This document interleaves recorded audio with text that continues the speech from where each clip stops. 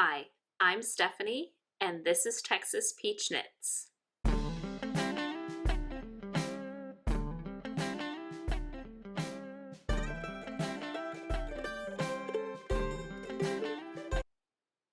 Thank you for joining me again today. This is the second part of my March 2024 episode.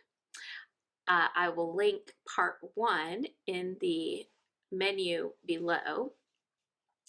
The reason I am recording 2 parts to this episode was because I felt like I had so many things to show that it was going to be just a super long episode to both film and to edit.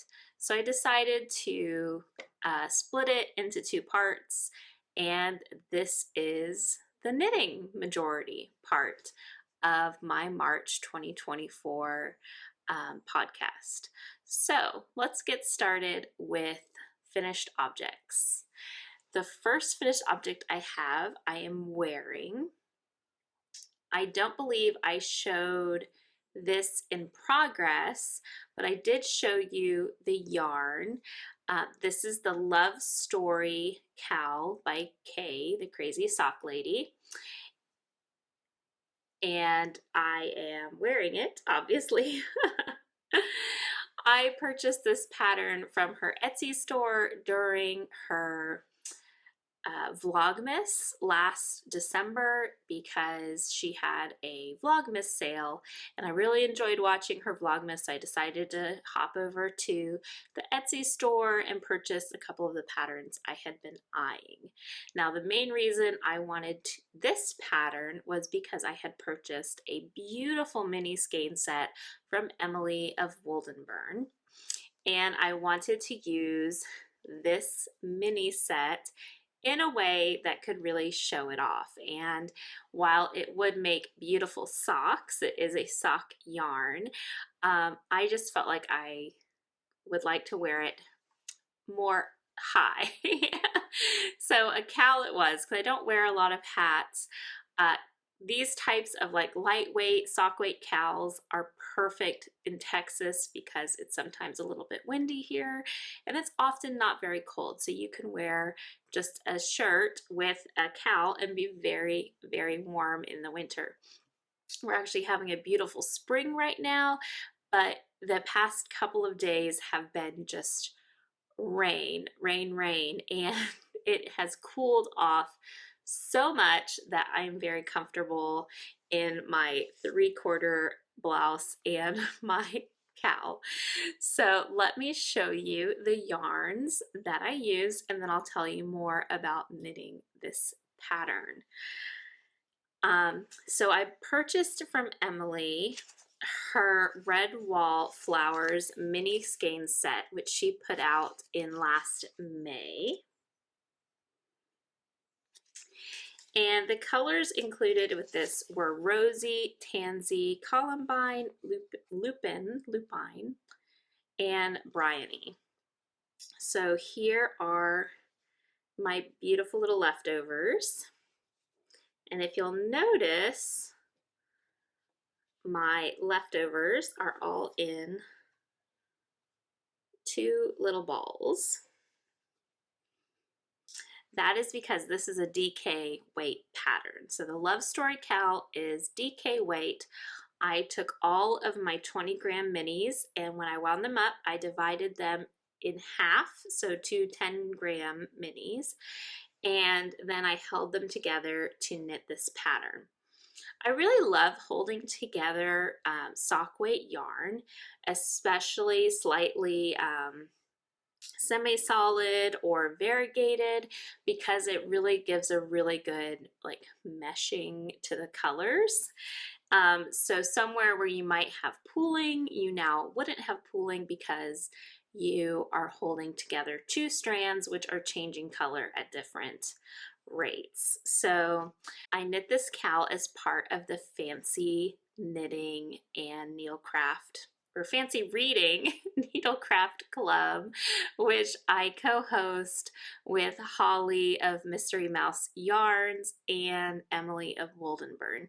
And this February we read The Scarlet Pimpernel, which is an adventure and a love story, and everyone tries to pick a project inspired by the book. So this cowl being called Love Story Cowl I thought was perfect. Also, Redwall is a series about very heroic mice, and I thought that these colorways just really inspired me with the book. Plus, I wanted to knit it, so I made it work. So I held together the mini skeins, and luckily Emily had also sent me this darker purple in a full skein of sock yarn that she had dyed when she was testing colors for her mini skeins. And so I used this as the main color for the cowl. One thing about this cowl pattern is it's not shaped at all. So it's not, a lot of cowls will get narrower up towards the face, or they'll have some kind of ribbing or something to cinch it in. This one is really just a tube, which is fine, but I think going into it, it's good to know that it's just going to be straight up and down. That means this top part is kind of like floppy around my neck instead of cinching in. And I am okay with that, but I think if you're choosing a cowl pattern, it's nice to know which kind it is, just in case you're looking for one that has shaping rather than one that is just a straight tube. They both have their place. Now this pattern has a butterfly stitch, and I'm going to take it off so that I can show you better. So this pattern has a special butterfly stitch, and it is created by carrying yarn over the front of your work and then knitting into it. So actually this is up. And it's a pretty easy little stitch. You just have to do it over multiple rows, so it's not completed after one row. I did make a mistake here, and I slipped my little strands over, but I did not catch them. Now that's something I can fix with a yarn needle and an extra piece of yarn, but I haven't done it yet, and I might not because it doesn't bother me that much. One mistake I made in the beginning was this section in between the same colors. I didn't do all the rows. I don't know how I did it in the pattern, but like I skipped ahead 2 rows. And so this section ended up being really, really small. And when I got up to here, I realized that they looked different. So I had to decide, was I going to go back? Was I going to try to make the same mistake all the way through so that it matched? And I realized the biggest realization that I had was I might not remember to make the same mistake every time. And then the other one is that it would cut 10 rows out of the total length. And as you can tell, like this is not a super, super long cowl. So 10 rows would be about as long as the ribbing, so it would take about an inch or so off the total length of the cowl.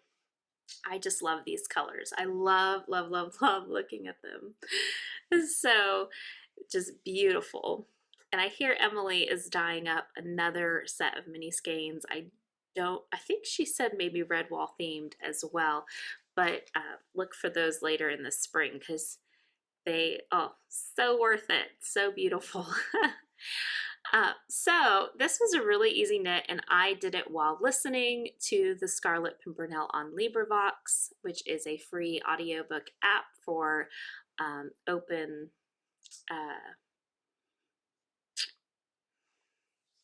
copyright no longer copyrighted works.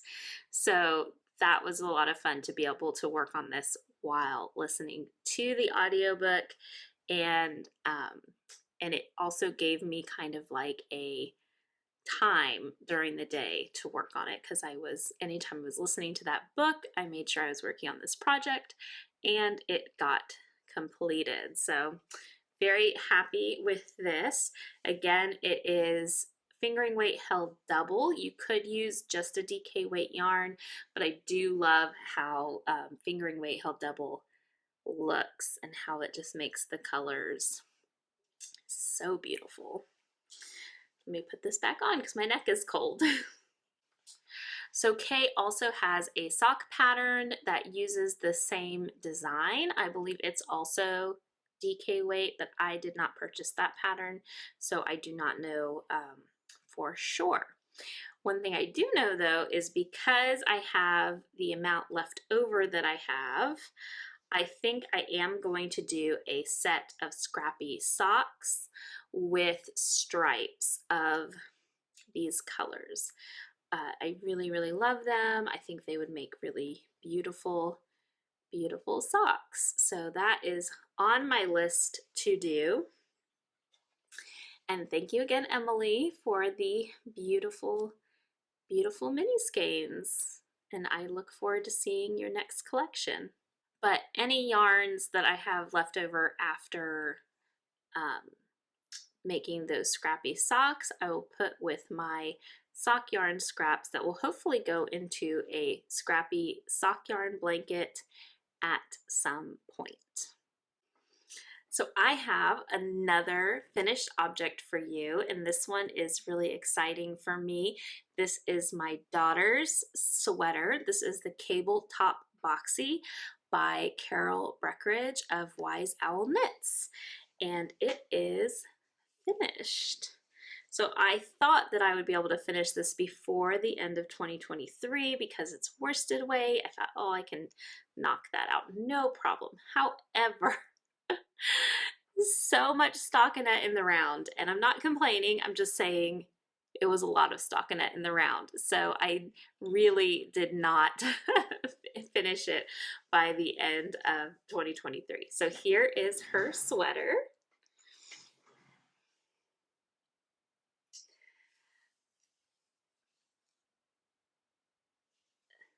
So this is the Cable Top Boxy by Cheryl Beckerich, and it is just a beautiful, beautiful pattern.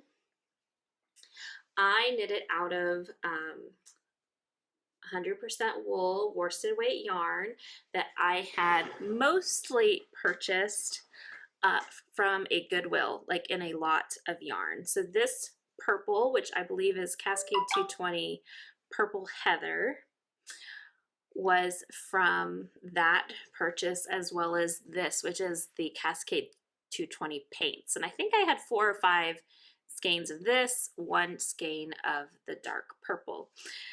The solid teal is from Knit Picks. It's Knit Picks Wool of the Andes, and I had purchased it from another, or for another pattern.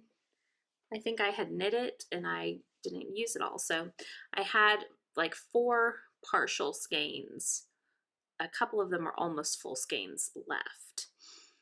And I just thought, oh, they go together great. My daughter is very tall and narrow. That's why the sleeves are so long and thin.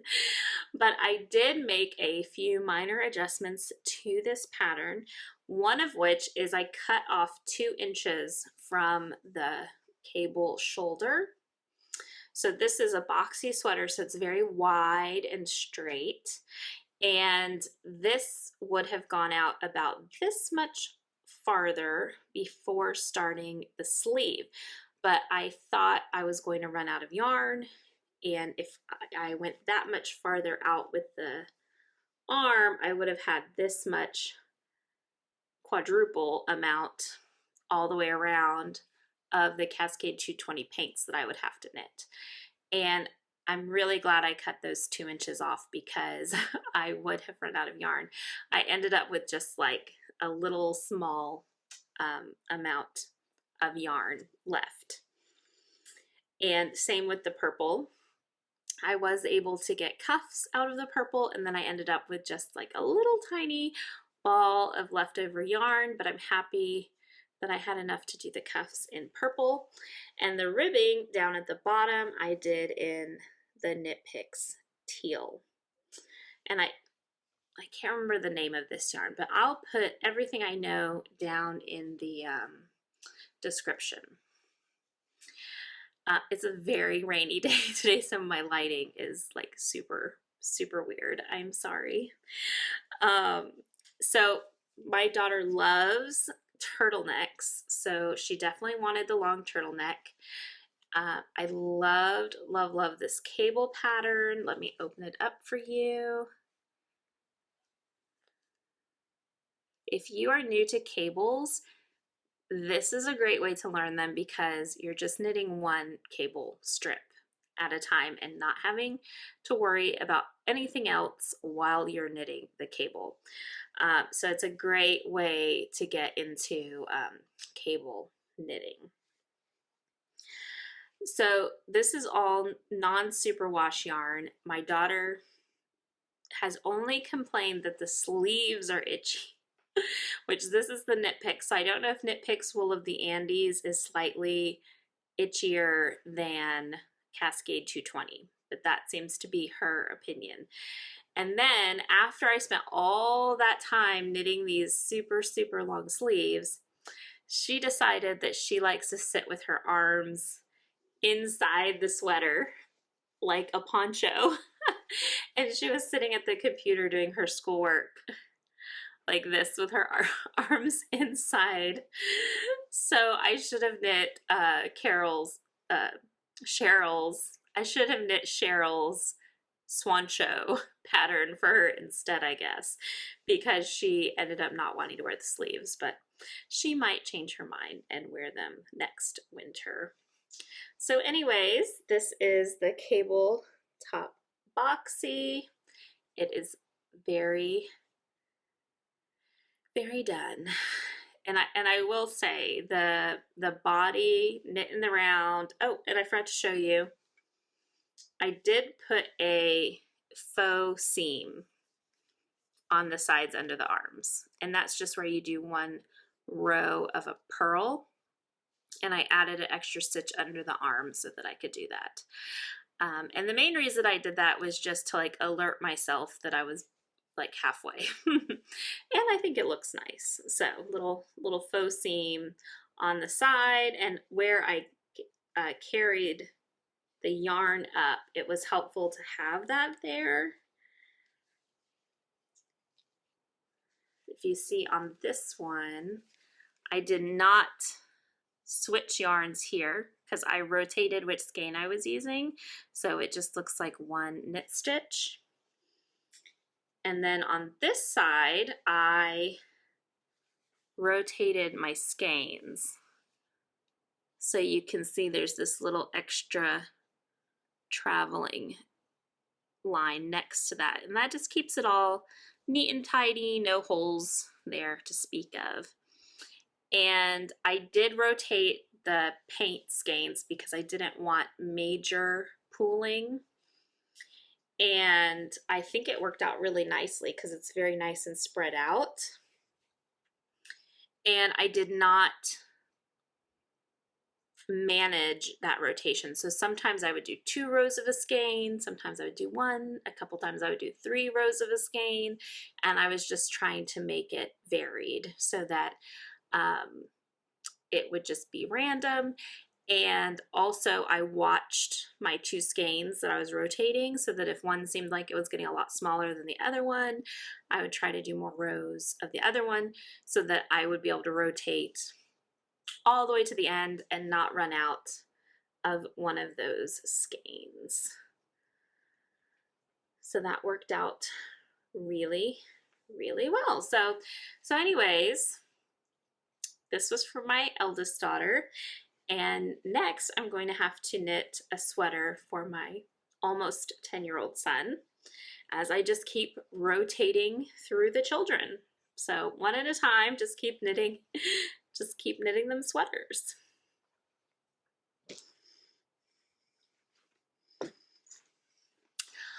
All right, that's all the finished objects that I have, and I would like to show you a few of my whips. This one I'll show you very quick and fast because you've seen it several times. It is my sock for my husband, David, and I have a half finished object. This is sock number 1.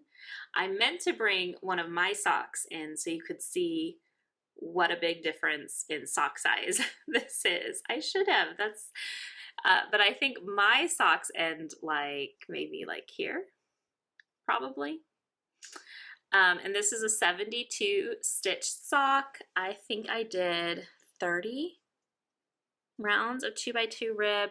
It is the Rhinebeck Roomies pattern by Kay the Crazy Sock Lady. I purchased this at the same time that I purchased the Love Story Cowl pattern. And I'm using Anna Knitter's Van Gogh Opal yarn. And this is a Lion brand sock ease, which they brought back for a short amount of time, but they really don't have anymore. And I just bought a whole bunch of the skeins of it when they were discontinuing it. So, but I think it looks great together.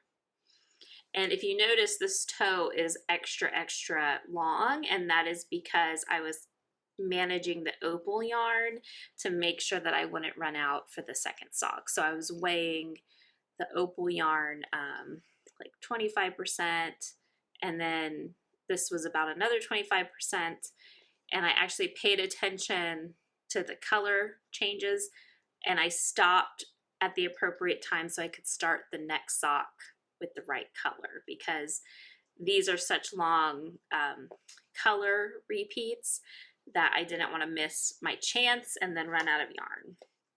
So here's sock number 2. Every time I show it, it gets a little longer. So I have about this much more to go before I switch to the green toe. I put my little peach stitch marker on there. And speaking of peaches, last time I forgot to give away my peach keychain that I got from Kieran. And so if you're watching, I am going to put right here the winner for the peach crochet keychain from the episode that I did with Texas Prairie Fiber Arts, Karen Sarter. And so if you are the winner, your name is right here, and please contact me through my Gmail or Instagram. And if I know you, I will try to contact you myself. And then you will get your prize. So thank you so much for commenting on that video. That was a lot of fun. So anyways, this is how much I have left of the Opal yarn. So that is plenty, and I will have a tiny bit left over for scrappy projects. So there you go. This is going to be the last time you see his socks as a whip. I promise. They have to get done. So my next whip I put in this little new bag. It still has the little tag on it. I got this at a sale at our local charity store that benefits the school district in our area. And it is just a little, I don't really want to call these like a purse, because it's not really structured like a purse, but I feel like they're kind of like pouches you would put in a purse, or makeup bags or something. So, but I saw this and I thought I need that, because that would be a really good another sock project bag. And it was only $1, so you can't lose. So in here I have yarn by Holly of Mystery Mouse. This is her Little Blue Truck colorway. And I am knitting socks for my son. So I'm going to see if I can get socks for both sons out of this. And what I'm doing is I'm doing like the sports socks stripes, and the whole leg is ribbed. That really gives a nice fit to kids' socks. And then I am working on the heel, just a slip stitch heel.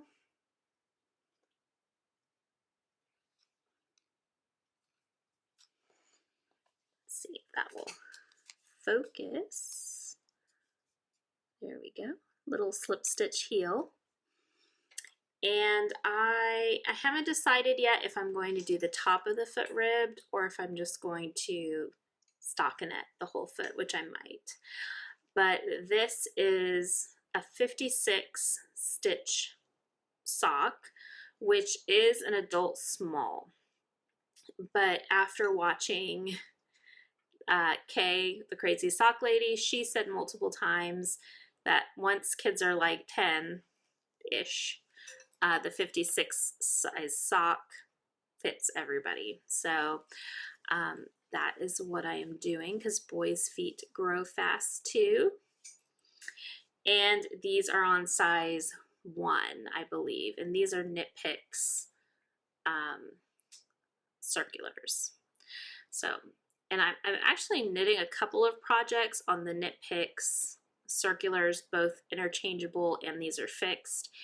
And while I think they're fine, I don't think the tips are pointy enough for me. They're very rounded.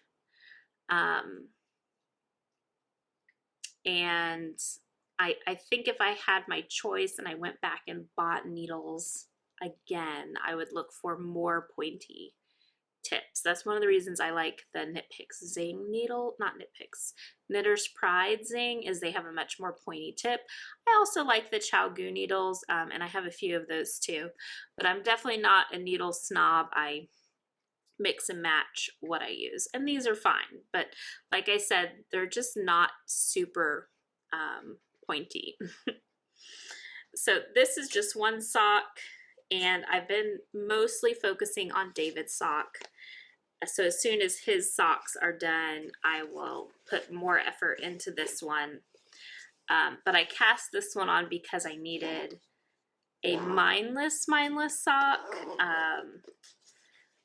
while I was accompanying my daughter to robotics competitions this January and February. So that's what this was for, was to be a mindless small knitting project. Okay, and I did forget to tell you, on the cable top Boxy, I did buy the Knitter's Pride Zing DPNs. In that sweater I knit in size 6 needles, and I really liked those, except for I felt they were kind of short. I need to compare them to my other DPNs to see if they must be slightly shorter. And then the real problem I had was I tend to drop DPNs when I'm knitting, like when I'm rotating which one I'm working on, they will fall to the ground. And I was sitting outside on the patio knitting one day, and it's like a stone patio, and one of them fell and hit, and it actually scraped up the point. So the point became kind of jagged. And I'm not sure I've had that happen with other DPNs, just like one drop have that happen. But it did happen with the Knit Picks Knitter's Pride Zing needles. So I was not really happy with that. It was just kind of weird. So I don't know if you've experienced that, but I do tend to drop DPNs, which is why I like using circulars, because I know that they're gonna stay put. Okay, the next project I haven't shown you in a while. It is in this Country Weekend Knits book, and it is this Shetland shawl, and it is called the Old Shell Shetland Shawl, and this book is by Madeline Weston. I took the paper cover off the book. So pretty, these patterns. Okay, So I have been able to put a few rows into this, so I thought I would show it to you. This is a mix of my Handspun yarn and Knit Picks palette. So I had just a bunch of Knit Picks palette, and because of how this shawl is striped, and my Handspun is a very similar 2-ply texture and weight to the Knit Picks palette, so it works really, really well. So here is, I'm going to try not to drop it off the needles, what I have. So I did make a mistake. This light blue stripe was actually supposed to be dark blue. And I didn't realize that I had done that until I was almost done with this dark blue section. So several rows. But I think it looks okay, and I'm just going to leave it, and I'm going to try to remember to make the same mistake on the other side, because this shawl is knit in multiple pieces. So one side of the triangle, just like the outer border, is knit first, and then you knit the other side of the outer border, and then you attach them together with the big center panel. So I am more than halfway done with this side, and I just think the color combination is so beautiful. And again, anything I can tell you about the yarn other than it being Knit Picks palette, any of the color names, I will put in the description below. But so this is the other project I'm knitting on Knit Picks circulars. And these, I believe, are size 7. Yes. So these are size 7, and they are just not super pointy. And I'm noticing that since this is a fingering weight yarn, it makes kind of like going through the knit stitches kind of different. But anyways, loving this long-term project and something that I can kind of just sit and peacefully work on a little bit at a time. It is on my Make 9 list, so I'm trying to finish it this calendar year. And this was also on my Make 9, and the cable top Boxy was on my Make 9, so I'm doing good. Oh, and the Rhinebeck Roomies socks, David socks. These are all Make 9 projects. Look at me accomplishing my goals. Okay, and then I have another Make 9 project and Make Along project to show you, and it's another Wise Owl Knits pattern. So let me get that. And this is living in my giant knitting bag. This I did pick up at a Goodwill, and it is just a kind of generic leather tote bag, no zipper, anything on the top. So I actually like that because there's nothing to snag or grab the yarn. I am knitting the Wildflower tee. This is a make along with Cheryl of Wise Owl Knits, and it started March the 1st. And I believe I cast on March 2nd because I was trying to finish my daughter's sweater first. And then this I have to finish because I need the needle for David's Fair Isle vest I'm making him. So I have lots of things I need to do. Okay, so let me show you the yarns that I am using for this project. The first one is this Tosh sock, Madelintosh, and this is in the color Undergrowth. And this I was very, very pleased to pick up a very long time ago. So if you didn't know, there used to be a Madelintosh yarn store in Fort Worth, Texas. It was called Madelintosh. And I went there several times when it was here. and I believe it closed, it might have closed in 2015 or 2016, maybe. It was a long time ago. And when they closed, they had a huge closing sale. And so I went and everything was on sale. So I basically bought a bunch of yarns because I thought anything that looks like something that I might use in the future, let me go ahead and buy it because there's no shipping, it's on sale, you know, the store is going away, I might never see yarn again, you know, there was all kinds of chaos. So so anyways, I bought 2 skeins of this Tosh sock thinking that it might make maybe like a big shawl or something in the future. I didn't really know what I was going to make out of it, and it has sat on my yarn shelf since then. So I'm trying to see if there's any kind of date on it. There isn't, but just know it's old. So I have 2 skeins of this. The other one is caked up because I'm using it. Then I had a mini skein set from Porch Fiber Co. last fall, and I decided to use those yarns in this Wildflower tee because it's flowers, and this is very beautiful and flowery. And I had already used the bright orange color from this collection for a pair of socks, but this is sock yarn as well. So these together.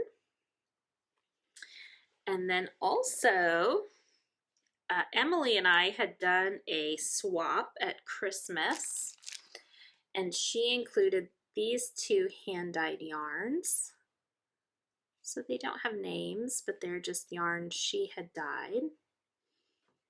And I thought they went well too. And then once I got going, I realized I needed a darker color, at least for a little bit of the sweater. And so I pulled out this skein. And this, I believe, it's been caked up like this for a long time, and I got it in a swap a very long time ago. So I don't think it came with tags or anything, but I think it's Malabrigo. I think it's Malabrigo sock. I don't think this one has nylon in it. So, but in a sweater, that's okay. So, but very dark, very pretty, purple. Okay, so let me see if I can show you my progress. So I right now have this on 2 40-inch needles so I can spread it out. So this is the yoke, and the whole yoke is colorwork flowers. It starts with these little mini sunflowers, and then it has these tulips. This is a change I made, so I'll show you that. It does have this lovely little fence. See this orange fence? A little Fair Isle fence in there. And then it has these 4 petal flowers. So these are all from those yarns that I showed you. The only color I have not put into this is this light blue. And I think I've decided I'm not going to use it. So I think I'm good with the amount of colors I've incorporated. So this floral section in the pattern is a round flower. It looks kind of like a forget-me-not maybe, or those little round like 4 petal flowers that like climb morning glories maybe. But it looks very structured. And once I got going on this, I thought, oh, it looks so just like dreamy, and all my colors are like watercoloring together. and I felt like I wanted a different flower in that section. So I put together this Fair Isle pattern, and it is 2 Fair Isle flowers, but they're flipped. So they're one way and then they're flipped the other way. So there's really two of the same and then they're flipped over. So it makes it look like there's 4. So it makes it look like they're changing a lot. So, but you can kind of tell that this one and this one are the same because it's just upside down. And then this one and that one are the same. They're flipped over, rotated. So anyways, I am knitting, I think the size 4. My gauge is very relaxed. So I definitely think my gauge is bigger than it was supposed to be because I was so nervous about knitting it too tight and having the floats be tight and everything. So I was just super relaxed. And so I actually don't think I'm going to be able to finish the last color section. I'm just going to add about another 1/2 inch and then I'm going to split for the sleeves. But the nice thing about a top-down pattern is you can kind of try it on and do what you need to do. I did change the neckline. Cheryl has a provisional cast on, and then it's an I-cord neckline, and I opted to just do a 2x2 rib. I still did the short rows, so if you notice between the ribbing and these little sunflowers, there's more here than on the front. On the front it starts a lot right away. So, and I'm really glad I put the short rows in because it really makes it fit nice. What else do I need to tell you about this? So it's just really, really fun to knit. It's been fun. She has a Telegram group that you can still join, show your project, see what other people are doing. It's really, really neat to see all the different color combinations because it's very, very open-ended, and it's a great way to use all of these extra minis.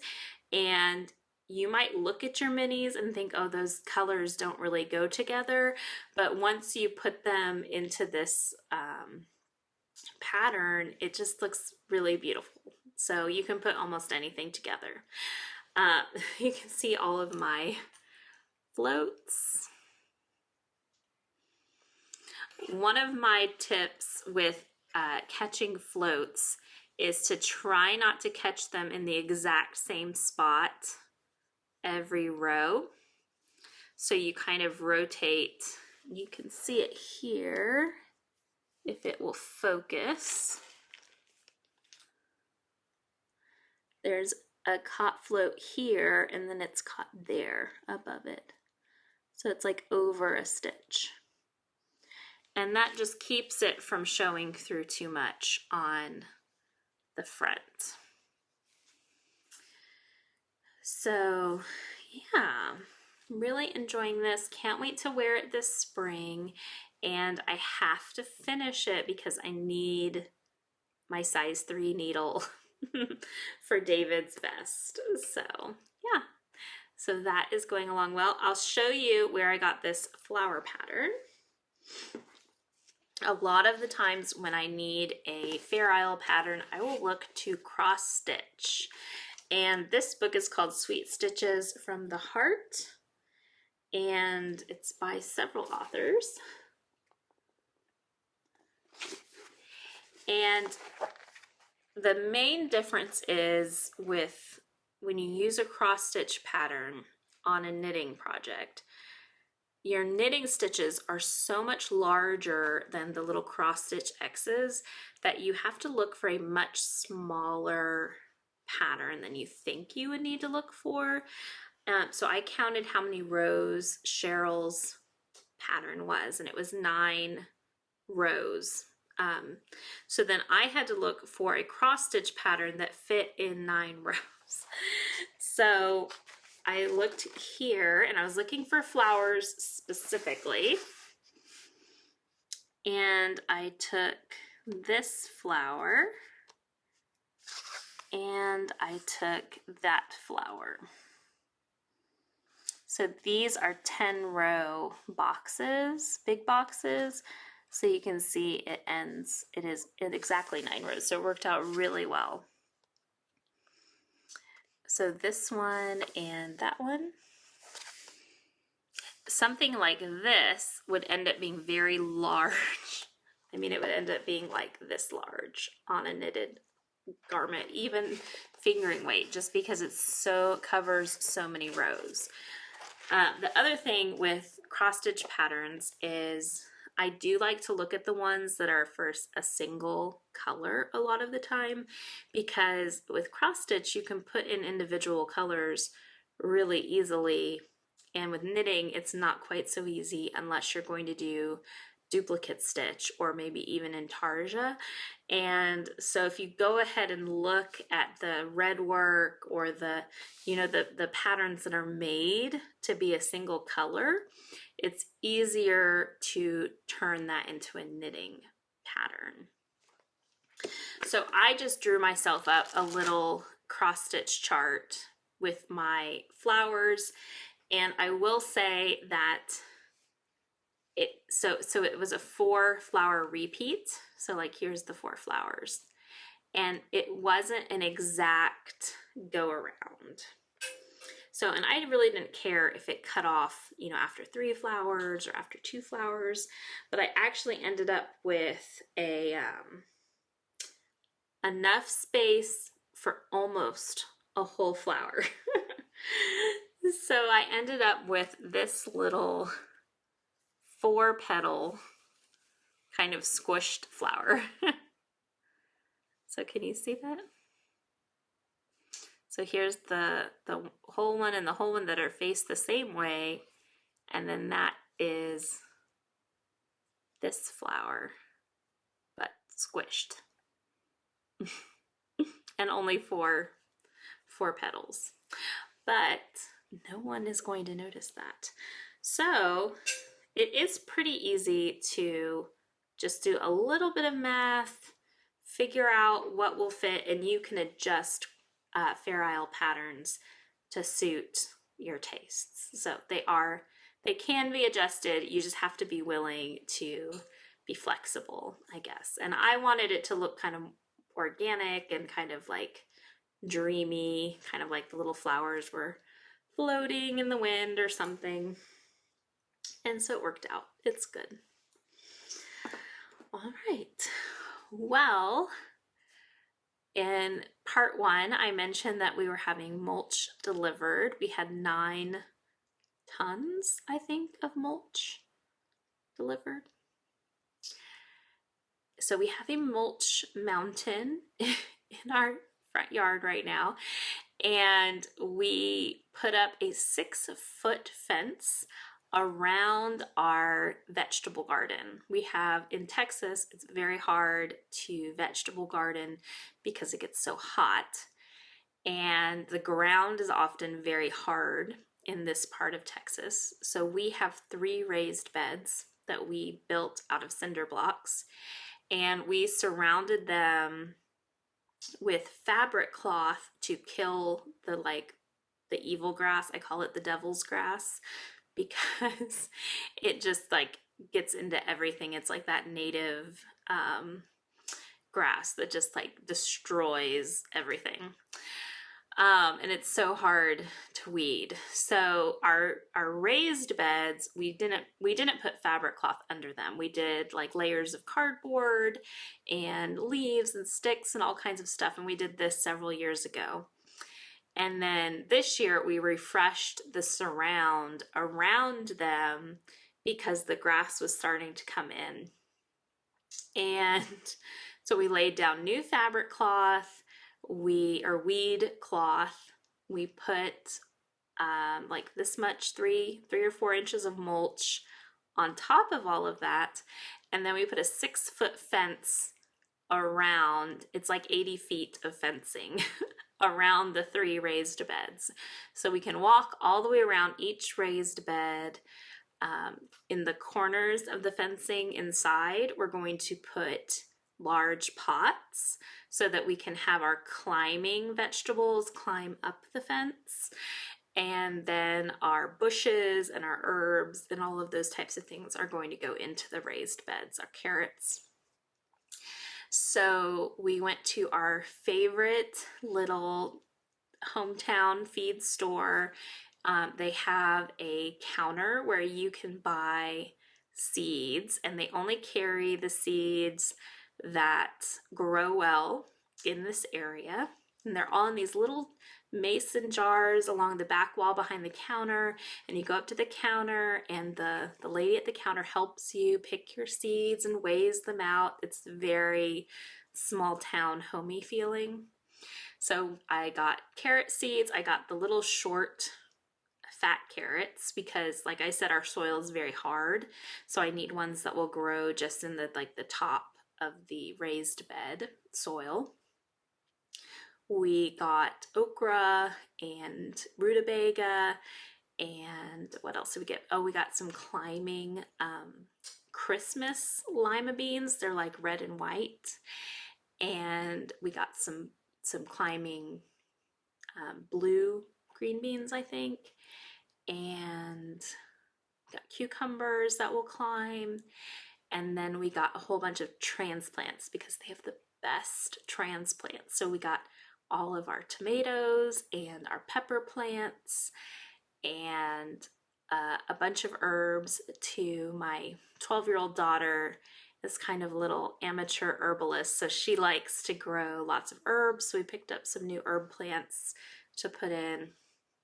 So it's just a lot of fun. We're moving a lot of mulch because not only is the mulch going around in this, like, inside this 80-foot fence, but it is going down on all of our flower beds where I have all my bulbs that are coming up and blooming, and it just makes everything look so nice. It has been years since we bought a large order of mulch. So this is just a big project, and when it's not raining, we're out there shoveling mulch. So it's been good, and all the kids have been helping, and it's just a nice way to spend spring break and be outside and feel like you're growing stuff. And hopefully, the reason we put the fence around the beds, you can probably guess it, is the chickens. Those chickens, they love to get out and they love to dig. So they will get into my garden bed and they will dig everything up and ruin everything. And then also the dog loves to go lay in the raised beds. Just like lay, and the soil is so fresh and soft. So no, not anymore. It's fenced. Nobody can get in. And we're going to see if we need to put any kind of like netting or anything over the top. The chickens are not going to be able to get in over the 6-foot fence, but the flying birds will. But the fence line itself, like the holes are like this size, so little birds, even if we put netting up, they'd be able to get in anyways. So I think it's going to be fine. It definitely makes it feel like it looks very much more professional than it has in the past, and that gives me hope that we're going to have a really good harvest. So I don't know, I'll let you know. It's all, every year I feel like it's just a trial run of gardening because it really is hard to vegetable garden here, and you learn new lessons every year. So it was great talking to you. Thank you so much for watching. If you haven't subscribed yet and you're still here, you should subscribe. And I will see you again in April with a regular episode and with a State of the Stash video where I show you new yarns I brought in, tell you how much I used and how much I have used up and all of that. Okay? Bye.